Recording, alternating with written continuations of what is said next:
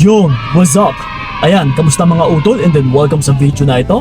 So once again, this is pa yung kaibigan ni Kiko. Syempre, usapang pag-ibig na naman. By the way, sa mga hindi pa pala nakapag-subscribe, hindi pa nakapag-follow, yes, alam nyo na yung dapat ninyong gawin. Which is, sapat na po yan na magbibigay sa atin ng kaligayahan. Okay, para mas lalo pa tayong ma-e-inspire. So yun, so ito mga utol, dagdagan na naman natin ang inyong mga kaalaman. Kasi ito ha, ang magiging topic natin sa video na ito is best thing to do kapag hirap kang makamove on sa taong mahal mo. Yes. So ito mga utol, ituturo ko sa inyo yung pinaka best technique na dapat ninyong gawin. Na forbidden technique talaga ito, na kung minsan lang natin sasabihin. Lalong-lalo na sa mga nahihirapan dyan na nasa moving on process.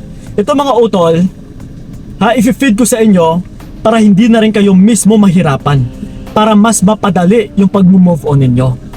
Okay? So isa-isahin po natin kailangan is gawin nyo lang step by step. Una sa lahat ay iwasan mo muna lahat. Yes. Pag sinabing lahat utol, lahat talaga about sa kanya. Okay? No, which is, pag-iisip sa kanya ay iwasan mo yon. Na kailangan mong i-divert talaga ang iyong isipan. Kung pumasok man siya sa iyong isipan, kailangan mo talagang iwasan or pigilan ang iyong pag-iisip na, uy, teka lang, wag mo siyang iisipin. Kailangan talaga ay i-divert mo ang iyong pag-iisip sa iba't ibang gawain. Mag-focus ka sa trabaho mo. Mag-focus ka sa kung ano yung ginagawa mo. Hindi yung lumulutang yung isip mo sa kakaisip sa kanya. Oh no! Okay? And then yung isa pa is yung pag-stalk ng social media. Yes. Isa din po yan utol na kailangan mong iwasan. Na wag ka talagang mang-stalk sa kanya. Kasi para hindi ka rin mabigyan ng kaguluhan sa iyong isipan. Na baka kung ano pa yung makita mo sa kanya. At saka ikaw rin syempre, wag kang panay post. Or wag ka munang mag-post talaga sa social media. Yung tipong maglaho ka muna utol. Dahil mas nakakatulong pa ito sa pag-move on mo. Okay? And then yung isa pa is yung pagbasa ng message niya. Yes, iwasan mo rin po yan utol. Mas mainam po na kung mag-message man siya ay huwag mo talagang buksan or basahin. Di ba lagi mong tandaan, nagmo-move on ka. So kailangan mo ito utol gawin. Na iwasan talaga kahit yung mga mensahe niya or yung tawag niya. So yun, and then yung isa pa is yung pagtingin ng pictures niya or yung picture ninyong dalawa sa cellphone mo. Iwasan mo rin po utol. Kailangan talaga is wag mo munang tignan talaga. Mag-focus ka muna talaga sa sarili mo, sa kung ano yung ginagawa mo sa araw-araw na kailangan mong sanayin yung sarili mo na mag-isa ka. Okay? So yon. And then ito yung sa pangalawa natin is delete everything. Okay. So ang ibig kong sabihin dito utol ay ito di ba? Uso na sa ngayon yung USB. Yung nilalagyan natin ng mga files. Ito mga utol, mas madali itong makakatulong sa'yo na yung mga pictures ninyong dalawa or any man na picture ninyong dalawa na kasama siya or siya lang mag-isa sa cellphone mo ay ilagay mo muna sa USB. Ilipat mo lahat sa USB utol. At saka lahat din ng mga files utol about sa kanya. Kailangan mo talaga munang ilipat sa USB. And then pagdating naman sa mga gamit, kung may mga gamit man siya dyan sa kwarto mo, sa bahay ninyo, na naidala niya na hindi niya pa nakuha, ilagay mo rin lahat-lahat sa box utol. Maghanap ka ng kahon, na kailangan is ipunin mo lahat-lahat. Na dyan lang mag-isa o nag-iisang box, na lahat ng gamit niya ay nandyan. And then, ilagay mo sa sulok. Okay? Itago mo muna or iset aside mo muna habang nagmo-move on ka. So yon.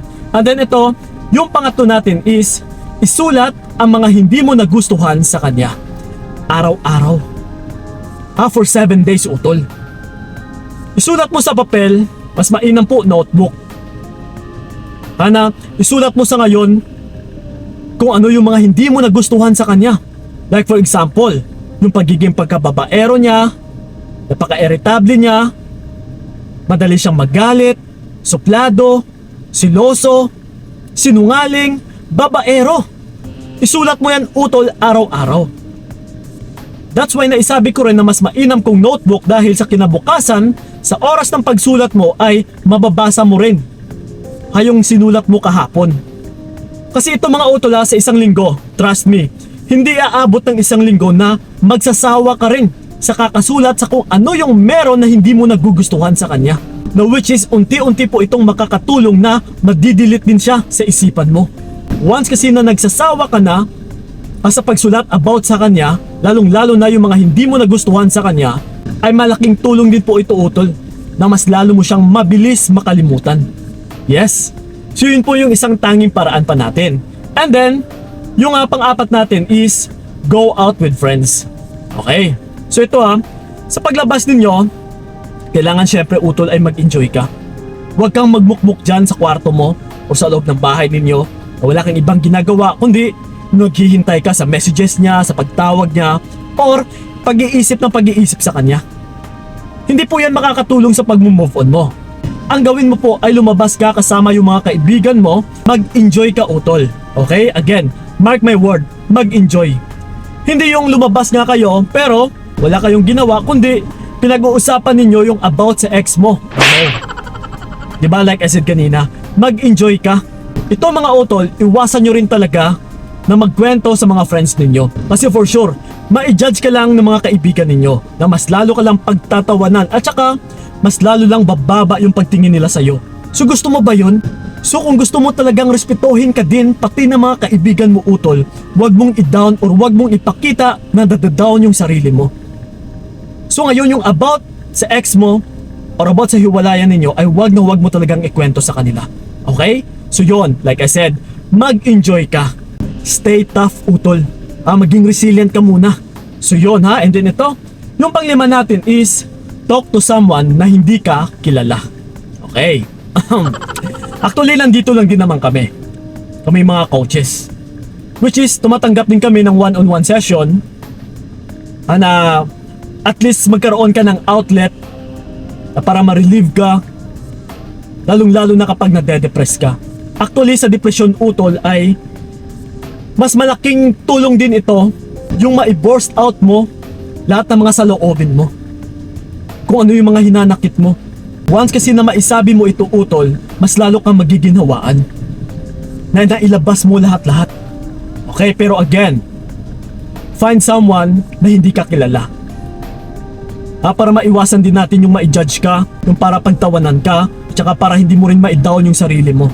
Yes, again nandito lang po kami mga utol. Yes, PM is the key.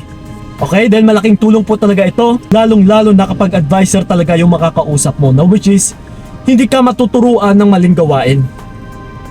Para at least mas mabilis talaga na makamove on ka. Para mas mabilis mo rin makalimutan yung taong sumira ng tiwala mo. Yes, yung taong nagsira or nagwasak din ng puso mo. Kung sino pa yung minamahal mo utol, ay kung minsan is, siya pa itong sisira ng buhay mo talaga. So again, kailangan mo talagang imulat yung sarili mo or yung isipan mo sa katotohanan. Na bakit ka pa magmamahal sa taong hindi ka naman talaga mahal. Okay? So yun po mga utol yung tanging paraan, yung pinaka-best technique para mas madali or mas mapadali yung pag-move on mo sa taong minamahal mo. Gawin nyo lang po, step by step. So yun maraming salamat talaga. Sana'y nakatulong yung video na ito. So ingat kayo God bless and babush! Binigay ko lahat para wala kang masabi. Kaya